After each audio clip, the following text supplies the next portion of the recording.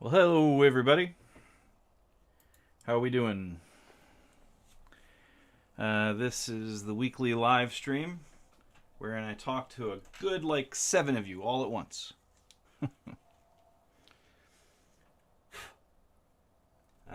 Today's topic of discussion will be the recent stop motion subject, Big Firebird Toys Nicey. Originally positioned as a Bishujo style RC. They even showed off a head that was an RC style head. And then I think when the whole thing went down with the Zeta Toys and having to kind of rebrand their Unicron, I think maybe something along those lines got Big Firebird Toys nervous about having the head look too much like RC. And so they sculpted their own sort of anime style head and dropped the RC head. But who knows, maybe there'll be an aftermarket RC head to bring us back to the it really is a nice figure. A lot of people get hung up on the the sort of voluptuous proportions. Like, why does a robot have boobs? Why do these robots do anything they do? Like, why did they transform in the first place? Presumably when they were on Cybertron, the Decepticons didn't see a car driving down the road and go, it's probably just a regular car. I mean, everything would have been a robot anyway, so I don't see what the point would have been. It's easy to get caught up on that sort of thing. But she's a little silly. She's got, you can see she has a navel, little belly button there. So she's kind of wearing a bikini. She got some big boobs. But, I mean, the paint on this is really nice. It's got die-cast armatures. So, the double knee joint has a die-cast armature at the heart of it. She doesn't have double elbows, which is a little disappointing. Get rid of the sword for now. I mean, even the sword is painted. It's very nice. It doesn't really come off on the live stream, but you can see the sheen to it. It's, you can see the sparkles inside of it. It's a really nicely done piece. She's got this shield bit, a little bit of parts forming. For some reason, this comes out. I haven't convinced myself that doesn't come out for a purpose, but it comes out accidentally a lot. I'm halfway tempted to just glue it and never think about it again. We'll just set that aside, though.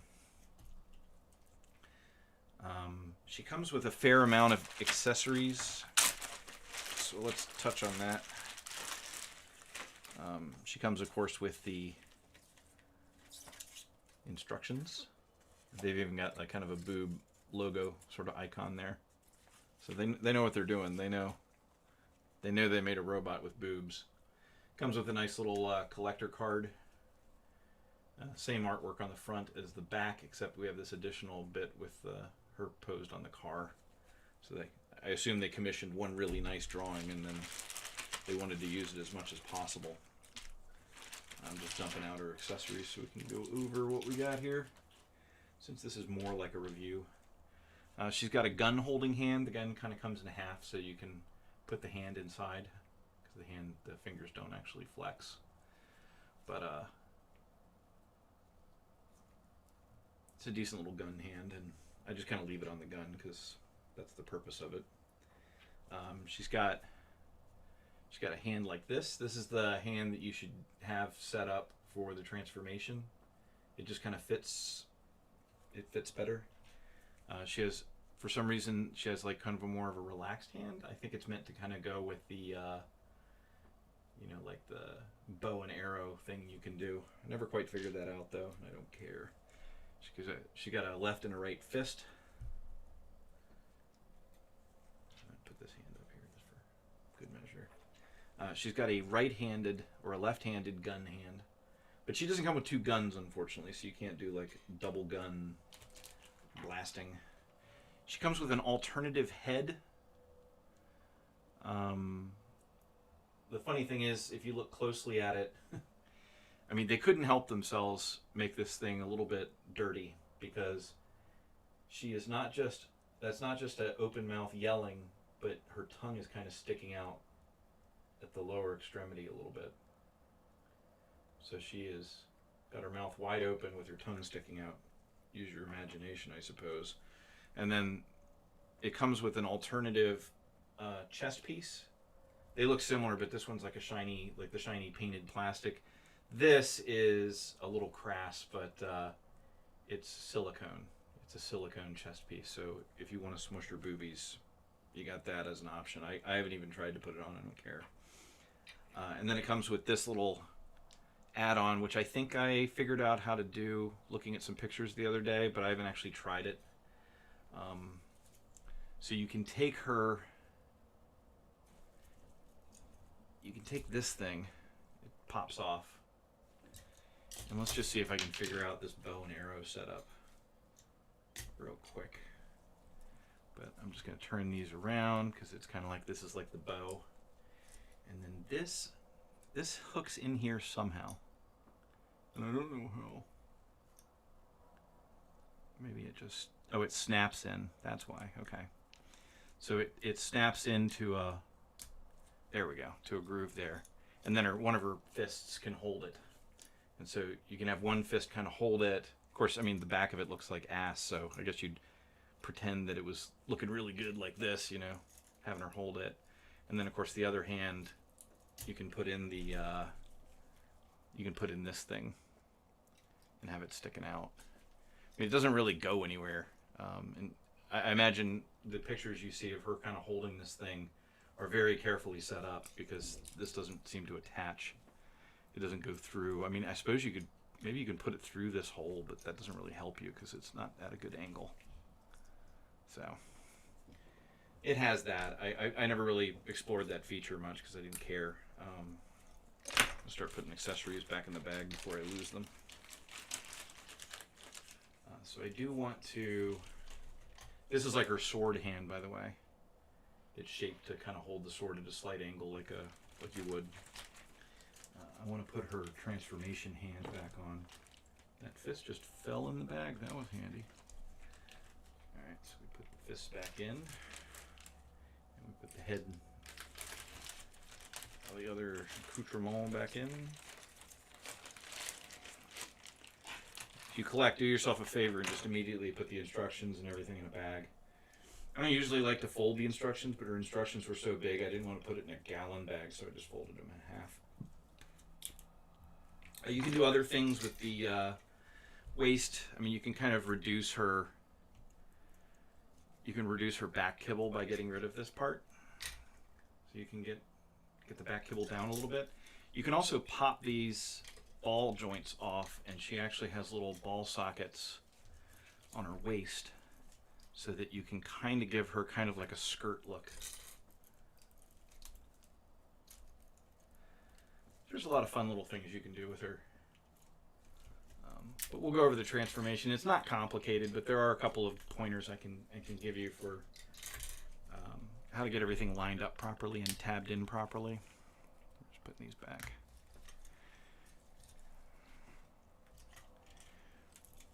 But she does completely transform, other than the one part.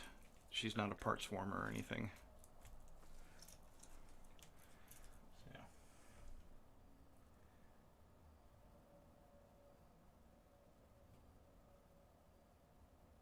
Saludos, so salute, probably greeting, hello, Pilastro, uno de sus fieles subs.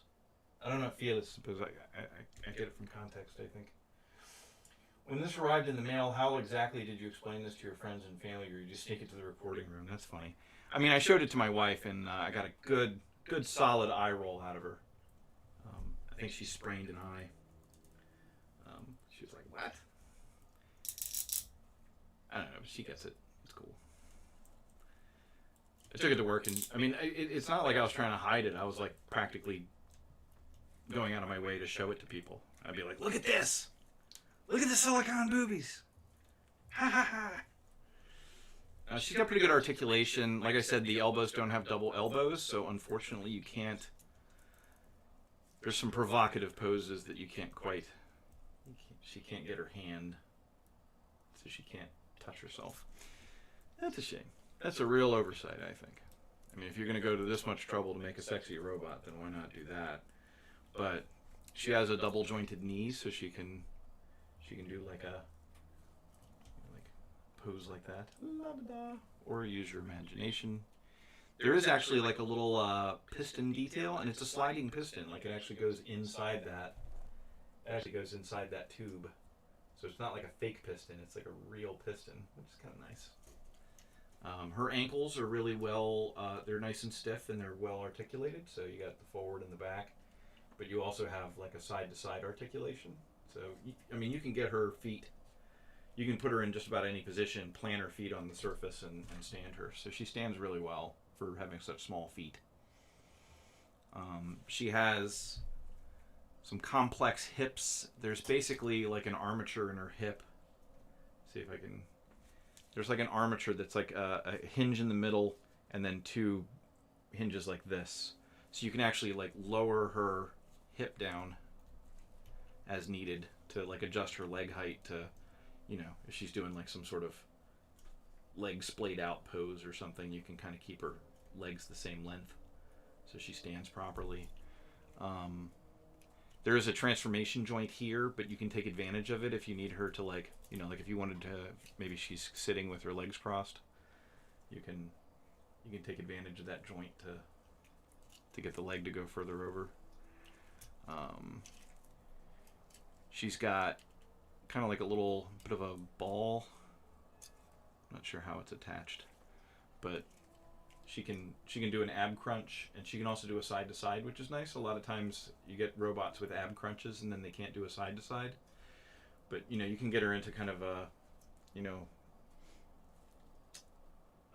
balletic sort of pose, you know, where her body's tilting one way and then her head's tilting back the other way, or whatever you want to do. But pretty good articulation for a robot like this. She's got kind of like a double, like her neck is a ball joint, and then her head is like a hinge joint. It just slides out, and it's keyed, so it doesn't rotate at that point. It rotates on the neck ball joint. And that's pretty much it for articulation. Let's turn her into a car. What do you say? I find her feet stow away better if you kind of get rid of these things like that, like fold them down.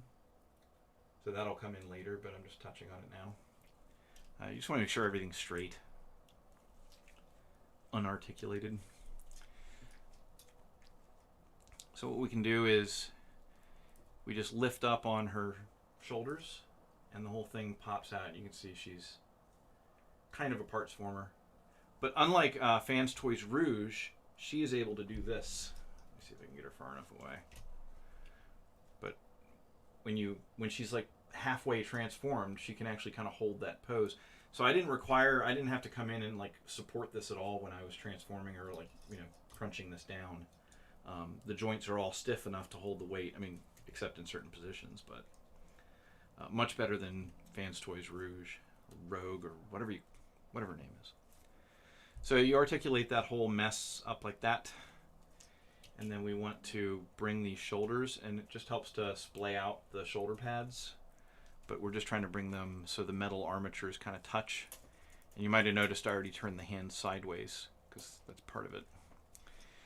So when you get the hands down here, you want to get this part, the seats, down right here, and it kind of tabs in. And you don't want it just kind of be pushed all the way, so it's supposed to be like this, you know. I'm going to raise the camera up a little bit. It's causing me problems. We don't need to see her feet right now, so camera off. Once you get the seats in that position, there's some holes on her elbows. They put holes on either side, I guess, for the sake of symmetry and making it look like it's just a design feature, but they go onto these two pegs. So her arms do have to kind of be sideways like they are now, and they go on the pegs. And then for arranging the hands, not to be too indelicate, but you have to kind of have her grab her boobs, because otherwise the hands will be in the way. And most of her other hands, you can't really transform her properly with, like, the fists will be in the way. Like, the fists are too thick through the middle to fit. It goes like that. We can turn the head around, and we can kind of lift this bit up. We want to rotate the wheels out. If you forget to, you'll notice right away because nothing will fit. We're going to rotate these wheels out. Make sure that this head is... The head actually kind of hits the surface between the wheels, so it's not perfect. She doesn't quite roll. But there's like a little tab here that goes into a socket there. And then you have to kind of get this thing in place too. So what we're going to do is fold this down. We're going to make sure that it goes under this. And you can kind of tab it in and make sure that it's straight. And now when you peg that peg, and you have a little tab here and a little socket, you can see the slot and the tab. But you peg the peg, and then you get the tab to go onto into the slot. And we're doing the same thing over here. Here's where if you didn't fold the wheels out, you'd be running into trouble getting these to tab because the wheels hit the head. There we go. So that's tabbed in. That's it for the front of the car. Not too difficult. So now we're going to do the legs. It's a little indelicate, but you're basically turning them around at the hips, splaying them out and turning them around. Yeah, she does have a little bubble butt. It's just ridiculous. And there's a little detail here. There's like a little line. It's just shame on them. She is a cute little thing. So we're folding at the transformation joint there. We're folding the leg in half. Getting too close to the camera. You do want to turn the legs sideways so the heels are outward. And you can kind of smush the heel. It'll make the foot fit a little better, but you can kind of get away without doing it if you don't want to mess with it. But this fits in here, and there's like a hole in the side of her calf and a tab here, or a peg. And so you are trying to line that up. You got to be careful where you squeeze it. You pop stuff loose. And then we got to get this rotated like this. And turn the foot around. I'm going to smash the foot a little bit. There we go. We tab that in. And we kind of fit the heel. This popped loose, so I'm going to fix it. Did that not tab at all? No, it's tabbed. Okay. Well. You can see, like, with the foot thing lowered, it doesn't bump into her shoulder as much, because otherwise that can be an issue. We're just going to get that tabbed and get the foot put away. There we go. So that all goes like that. Then we take this bit and we put it on here. It tabs. And then these wings kind of tab on either side of it. It can be kind of a dance to get it to tab in properly. And then these kind of fit over the legs. Now you'll find sometimes they don't really, it's not a tight fit. It's like a little too loose. It's not catching. And what you got to do in that case is, I found, if you manipulate the legs out a little bit, you just want to make sure you're not just rotating them, but you can, yeah, I'm trying to get them to go this way. So you get them to go up a little bit.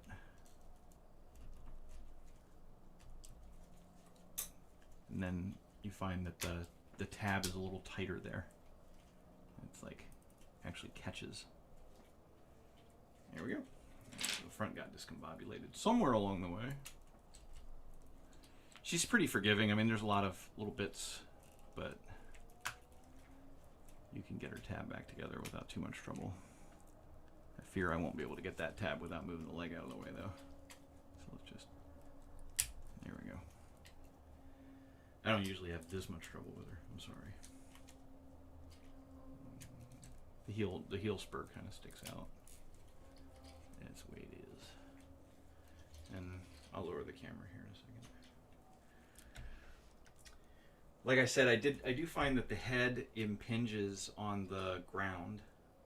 Like it just sticks up there. So, I mean, I can kind of push down a little bit and get the wheels to, all four wheels to roll, but the head likes to kind of push the front wheels off the ground just a little bit. That's probably a function of them switching the head in production. So.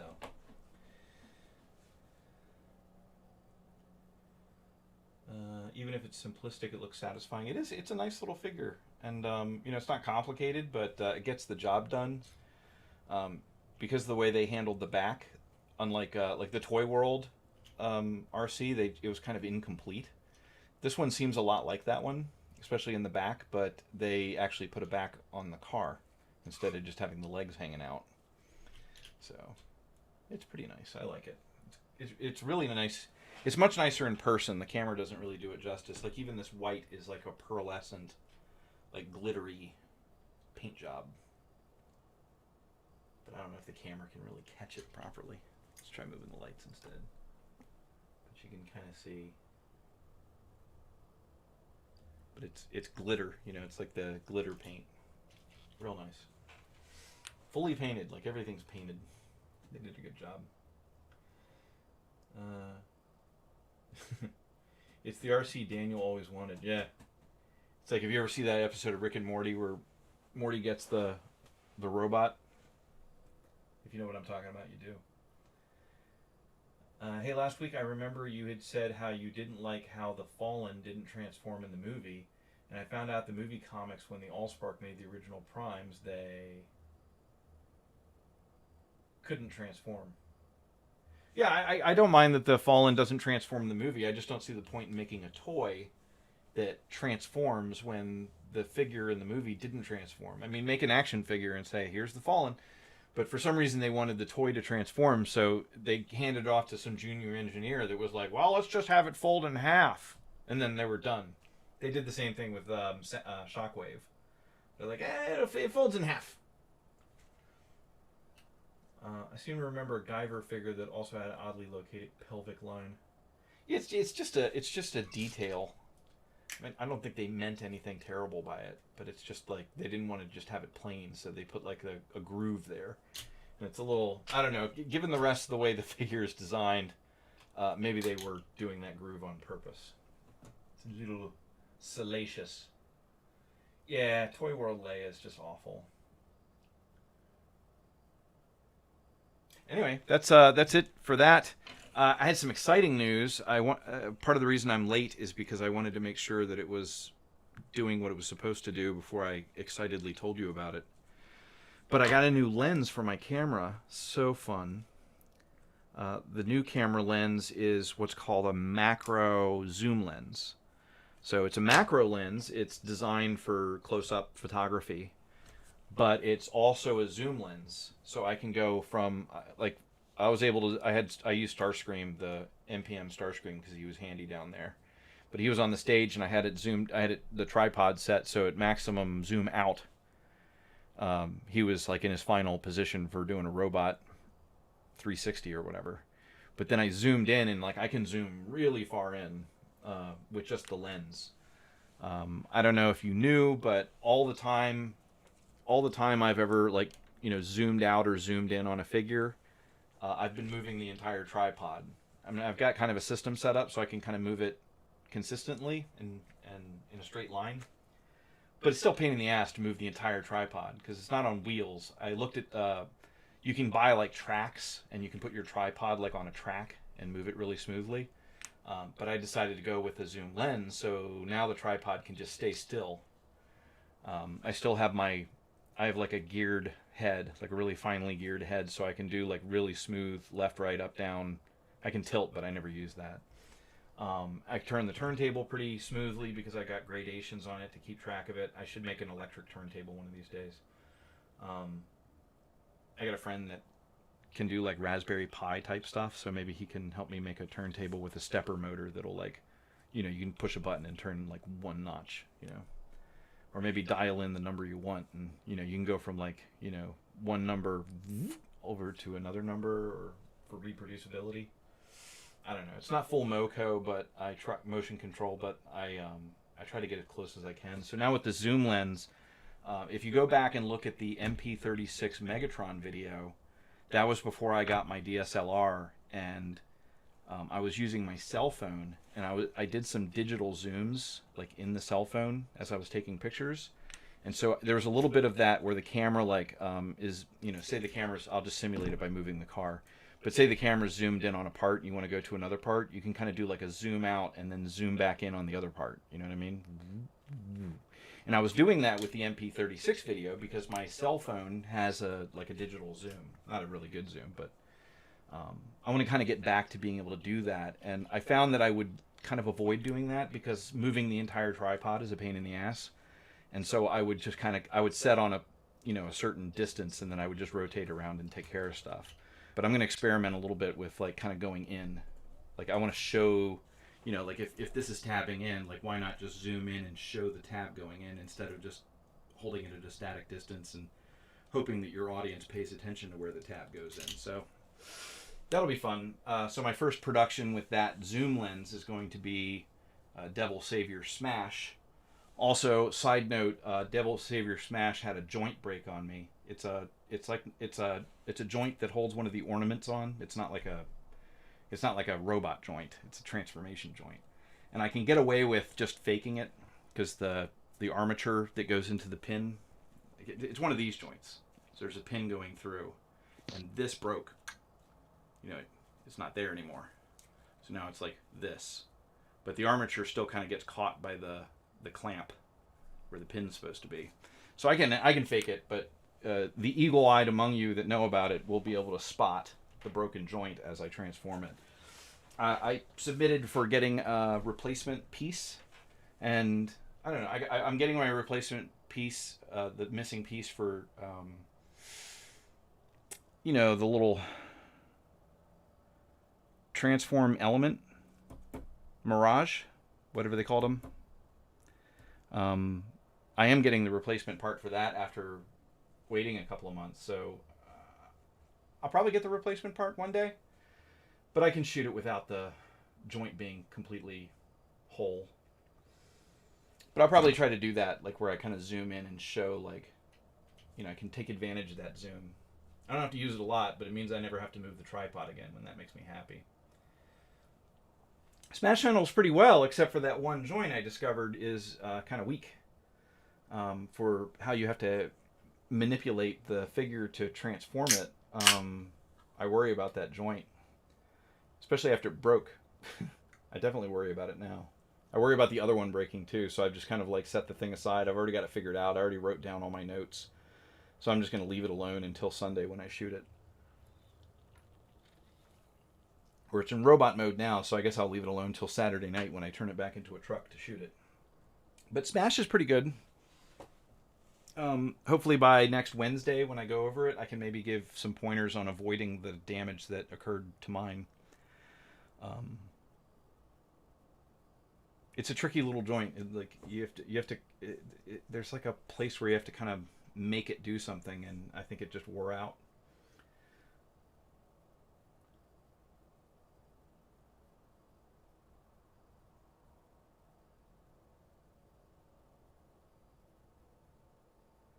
Yeah, the Revenge of the Fallen is not a great transformer.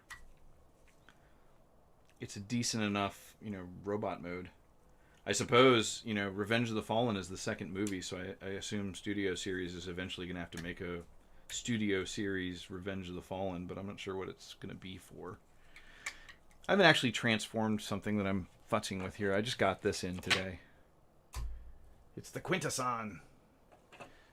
It's irritating because it comes with, like, here. So you see, this is a complete joint. This just plastic goes into this joint. No problem. But this one and this one, they wanted the heads to be off. I think partly to fit it in the package and partly to show off all 5 heads. So you can see 3 from the front and then the 2 more were on the side. So you have to assemble these, and boy, snapping these do not come back off. I would suspect, but snapping this one on in particular was a real pain in the ass because it's like a one-way snap joint. You snap it on, and now it's it's like the other heads now. except it's, you know, it was originally 2 parts.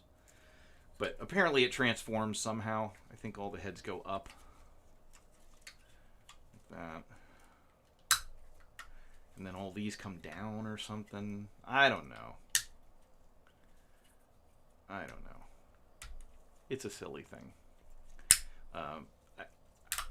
It's nice that they made it like transformable, so it transforms kind of into a playset. But for the most part, I got it so that it can look like this. It does have like a little lever that makes it spin, which is fun. Whee! And also, the stand is surprisingly complex, because I thought it would just be pegged on or something, but I think they wanted it to be sturdier.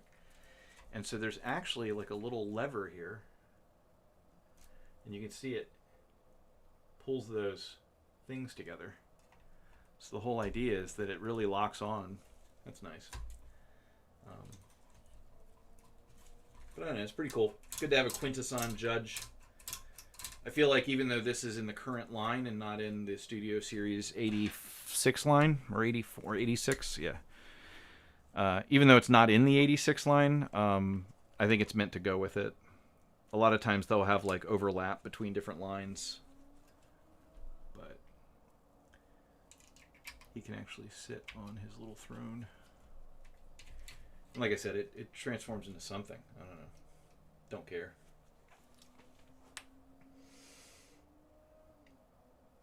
Are they just plastic? I suspect they're just plastic. I don't think they're bendy wires. No, this is just molded plastic. You can probably kind of reset how they're oriented by heating them up. You could do the whole put them in boiling water, and I mean they don't even rotate. You know, like this one is sticking out this way. If you rotate it this way, you're just twisting the plastic. So they are what they are. Maybe they're all kind of meant to be in different positions. Yes. I always thought it was kind of like a stupid design, but you know, it's part of my childhood, so I had to get it. You gotta buy things for your childhood. All the mouths work, which is fun. Whee! Guilty. Yeah. Does this guy's mouth move? Nah, he doesn't move. Bummer. This guy doesn't move either, but this guy does. And this guy does. I don't think the other guys do. Isn't that interesting? I don't know. This one kind of acts like he does, doesn't he?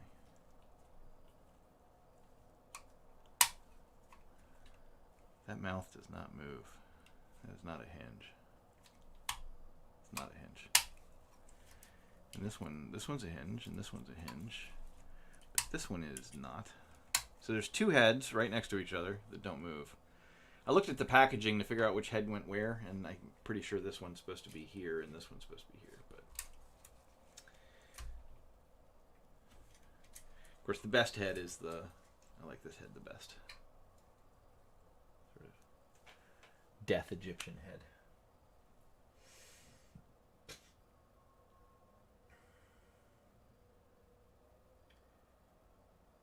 Yeah, I've been picking up the G1 exclusives from Wally World. I tend to buy them like earlier than I should because later on they just go on sale, which doesn't bode well for Walmart continuing to carry them.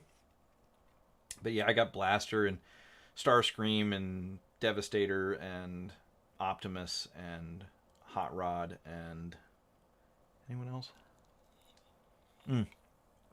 Soundwave in the tapes. Gotta have Soundwave in the tapes. I know most of us know and are aware this version is heavily sexualized, but we got to admit the vehicle mode.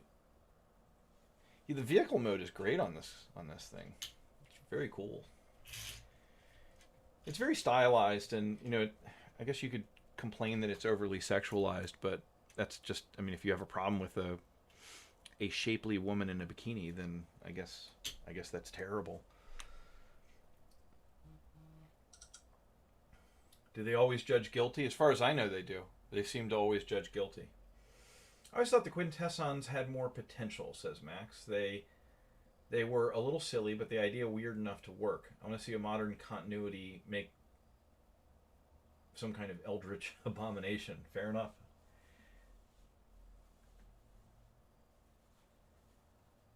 Yeah, I've gotten them all. I've gotten all the Walmart G1 toys that have come out. So I guess you're saying I didn't miss any.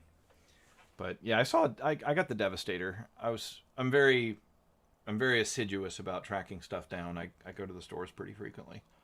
You got to kind of go like every day because you never know when they're going to stock things. And I used to try to figure out when they were going to stock things, but I gave up even thinking about it. And I just go every day. And I mean, a lot of times that toy that you were frantically looking for months, you know, because it was sighted in California and I'm on the East Coast, so I just keep going. I start going every day, and you know, it seems like it takes weeks before it actually shows up, and I find that one, you know, and I buy it, and then like 2 weeks later, there's tons of whatever it was. I mean, sometimes things truly end up rare, but a lot of times, you know, like right now, I remember how much trouble I went through to get the Earthrise G1 or the Earthrise Wave 1 Deluxes. Went to a lot of trouble to get those. And then now I just go to the store and they're just there all the time. The Wave 1 Deluxes, I could have bought them at any time. I didn't have to go to that much trouble, but I don't know. Sometimes it's the thrill of the hunt, is it not?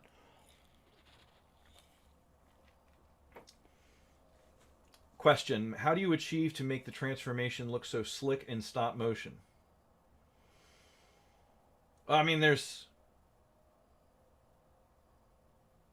you could almost just Google or look up on YouTube like stop motion tutorials, but the main thing is to have a piece of software. I have something called Dragon Frame, which is actually used. If you ever saw Kubo and the Two Strings, um, that was done with Dragon Frame. It's professional software. It can do all kinds of stuff that I don't have the budget to take advantage of. Like it'll manage Moco rigs and do all kinds of stuff. But mostly what I use it for is to capture the pictures. And the main thing about that is you want a piece of software that'll do what's called onion skinning. So if you've ever seen the skin of an onion, it's like you can see through it. I guess that's where the name is borrowed from. But you know, let's say you're going to move a part. Let's find something. So I'm going to move this head up, and I want to make sure that it stays, you know, that it moves smoothly or that everything else stays in place. And what the onion skinning does is you can see a ghost of the previous picture superimposed like at the same time as the live picture that you're looking at. So you can make sure that everything, like if you bumped it, you can move it back into position and get it to line up with the ghost. And that's called onion skinning. And just about any stop, even the free, like the stop motion software you can get for your cell phone, has onion skinning. That's the whole point of a stop motion capture software, is to do onion skinning. It has a few other features that are useful, but onion skinning is really, really useful for doing smooth stop motion. The other thing is to put your camera, even if you're using your cell phone, get like a cell phone tripod or a cell phone holder, because bumping the camera, moving the camera while you're also trying to move the figure is bad. So I don't know if anyone's going to do clean stop motion by hand holding a camera, because then you'd have to line the camera up every time. And I mean, you'd have the onion skin to help you, but there's too many variables. Now you're like, if you bump the figure and move the camera, now you got to put the figure right back where it was and fix the camera. If you lock the camera down on a tripod, then that's one less variable. Now if like the onion skin doesn't line up, you know it's just because you moved the figure a little bit, not all these other variables. So use a tripod and get an onion skinning stop motion capture software. Yeah, Kylo Juju, every week I discuss a figure, it's because I just did the stop motion for that figure. So look at my channel. My most recent stop motion video is this one. So I did. I'll do a transformation of video of Nicey last week, 3 days ago.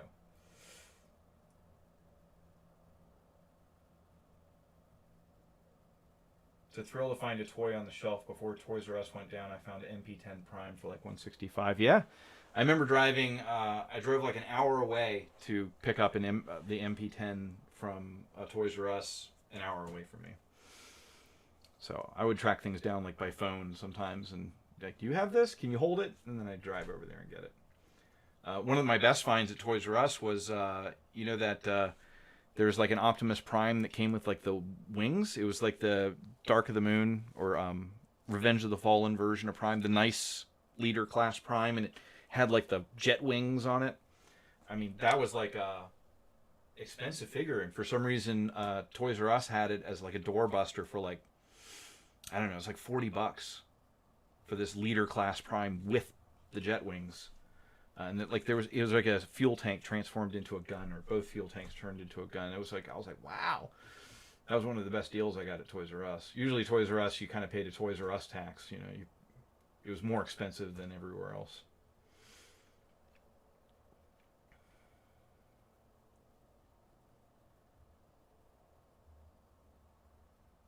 All right, gang. I've discussed what I came to discuss. We had some good bants, a little back and forth. I appreciate you asking interesting questions. Appreciate you guys dropping by. And